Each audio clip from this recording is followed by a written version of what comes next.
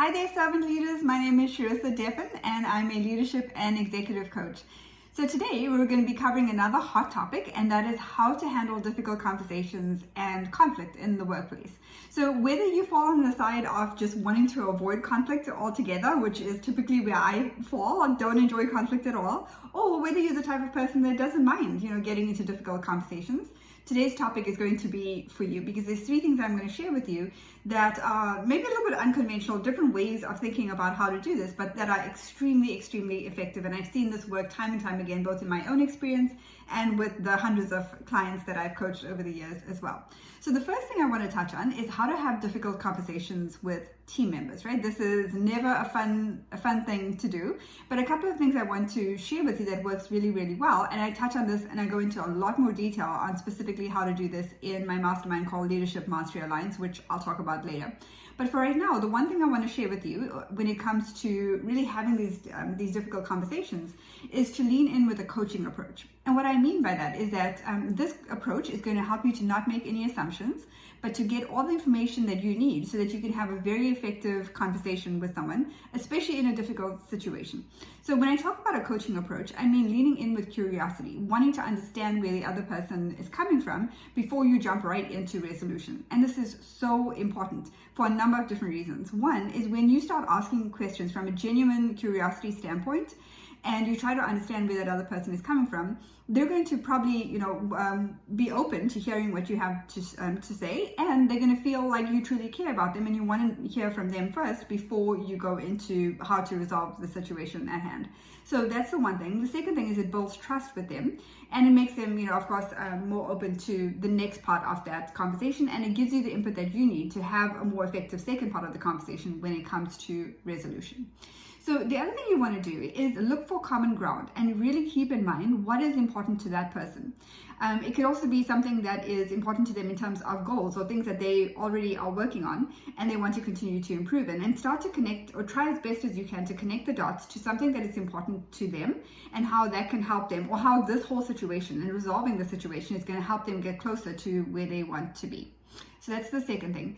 The third thing is emotional regulation. So important, right? Because it's very easy for us as leaders to get really frustrated and upset when things don't go the way that we would like, or our team members maybe don't do exactly what it is that we expect them to do, and things like that. So you really have to be very careful about keeping your emotions in check, and I go into a lot more details of how to do that in the mastermind. But for right now, that's just something I want to touch on very briefly, is you want to make sure you are doing that.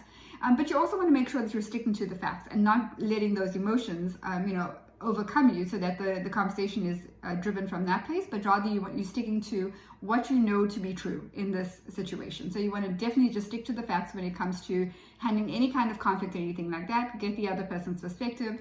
Have that coaching approach so that it helps them to have that accountability and take ownership of that situation. You're also empowering them through that whole process, and you're validating them in the positive things that they're, that they're thinking of or that they're doing already. So that's just something that to keep in mind, is that emotional regulation is so important, sticking to the facts as well. And then the third thing under having these difficult conversations with team members is getting buy-in, and also thinking about the next steps as well. It's not enough to just have the conversation and then, move on and expect everything to just fall into place. It's going to be really important that as you wrap up that conversation, you have buy-in from whoever it is that you're speaking with, whether it's one person or multiple people. And then the next thing is you have a clear plan for what's next and how you're going to maybe follow up, or what is expected on each side to get that alignment.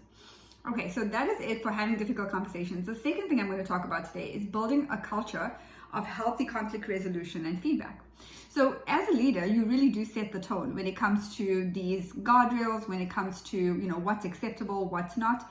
And the people are watching you, right? Your team members are watching you. So it's important to lead by example and be very intentional about how you handle these situations at work, how you handle conflict and things like that.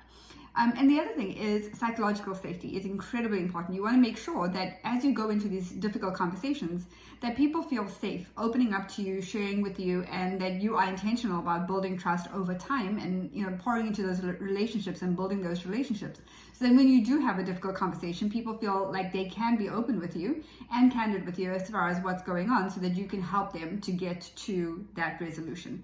And psychological safety is something that I talk about a lot again in that mastermind, and I help you to create that environment so that people feel safe and that it's so much easier for you to have those difficult conversations when you are fostering that environment. And it's not just with your team, but it's also cross-functionally with your leadership team, with other people that you interact with.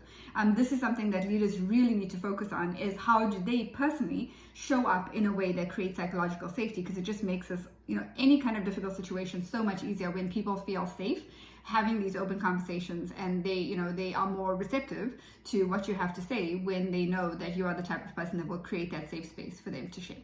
So that is what I want to share under building a culture of healthy conflict resolution and feedback. So the third thing that I want to talk about is handling conflict between your team members or even between different departments. So number one, that is so important, is as a team, what I would suggest doing is aligning on your values. What's important to you all as a team, and what do you stand for? Right? Because when you value things like relationships, and when you value things like trust and psychological safety, or whatever it is, or whatever your team comes up with, or whatever you help them to come up with, and you say, this is us, we as a team, these are our values, these are the things that we stand for, then it's easier for the team as a whole to look at these conflict situations or whatever situation through the lens of, okay, let me look at these values. If they're all aligned, you have buy-in on these, your team values, your core values, then it's a question of, okay, how do you show up in these situations that are difficult when you are in a conflict situation in a way that aligns with the values. And then you can have a coaching conversation around that. But it is important to be on the same page and be proactive. That's the second thing I want to share. Be proactive. Come up with a conflict resolution plan and a framework ahead of time. So talk to your team about, okay, so when we have disagreements within ourselves, between the team members or outside of our team, how do we want to handle it? What's the best approach? And have those conversations. I have an entire framework, on this in the Leadership Mastery Alliance that I walk through with my clients. So be proactive and really, don't wait for the conflict to happen, but be proactive in addressing how you will handle this with your team and make sure everyone is on the same page.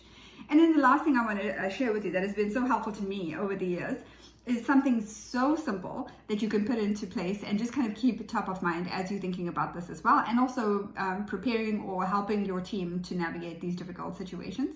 And that is the acronym THINK. So what that is it's creating awareness around, okay, before you step into a conflict situation or having a difficult conversation, take a moment to pause, breathe, and think. And the acronym THINK stands for, is what I'm about to share, is it true? Is it helpful? Is it inspiring? Is it necessary? And is it kind? So is it true? Is it helpful? Is it inspiring? Is it necessary? Is it kind? So if you can help them, and that's an example of a framework. You don't have to use that exact framework, but that's an example of a framework that you and your team can use, so that as you go into these conversations, not only is it really helpful for them personally to start thinking about this, but also you can hold each other accountable if you choose to do that as well. So I hope that was helpful to you. I know I just shared a whole bunch, so I definitely recommend that you come back and listen to this video, share it if you feel like it's helpful and to other people as well. But I would definitely recommend that you listen to this video a few times and take notes. And what I would recommend as the next step is, as you're taking those notes from what I'm sharing, think about how can you apply this in your own life and with your team. How can you set that example? How can you start to establish those baselines for yourself and your team, so that you're being more prepared and proactive rather than waiting to get into the conflict situation before you figure it out. So if you need any help with any of that, feel free to reach out to me and let me know. Also, if any of this has been helpful to you at all, please let me know in the comments below. I'm always looking for feedback, and it's always helpful for me to know, so that I know exactly what to focus on during some of the other videos. So the other thing I want to share with you is something that I touched on throughout what I was talking about today, because there's so much more to this topic, And there's so much more like powerful help that I can give you in this area through my Leadership Mastery Alliance mastermind for high performing corporate leaders who are very servant leadership oriented, meaning that they really just care about people and they want to do their best for themselves, for their teams, for the for the business as a whole. So if that is you and you would love some tailored help on this, so in the Leadership Mastery Alliance, I go through a lot of, this is very foundational what I just shared with you today, but I go into the details of the depth of how do you leverage your strengths and your team strengths to help them in these types of situations? What kind of frameworks do you need to keep in mind? And how to make this practical and put these, like really make this actionable. And so if you need help with any of that, and if you're not sure if that's going to be the right fit for you, reach out to me and let me know. I'm happy to answer any questions that you have. But in the meantime, enjoy the rest of your day, and I will see you again on another one of these videos. Bye for now.